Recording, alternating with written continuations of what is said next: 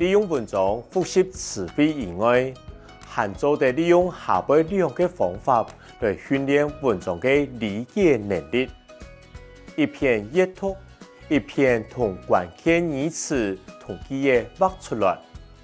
二、理解文本事件嘅因果关系，或者有前后关系嘅描写，增加自家嘅阅读理解能力。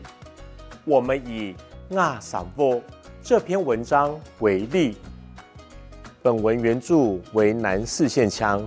接下来我们使用南四线腔来教学，兼顾南四线腔的考生。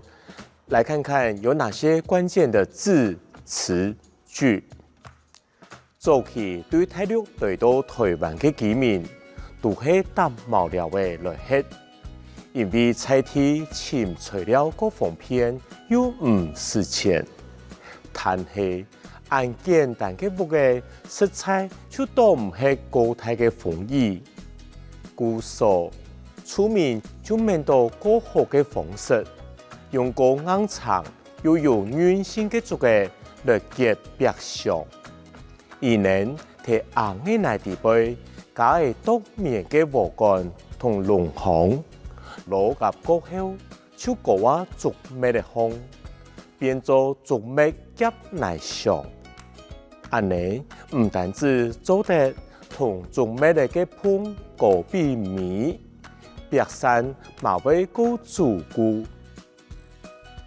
纖纖的木當嘅材料，面對毛嘅變做小個、硬土個、篾土個嘅硬，安尼。就個唔驚風采嘢，當然要開嘢係安全嘅木檔，白山就會在個主顧能做得。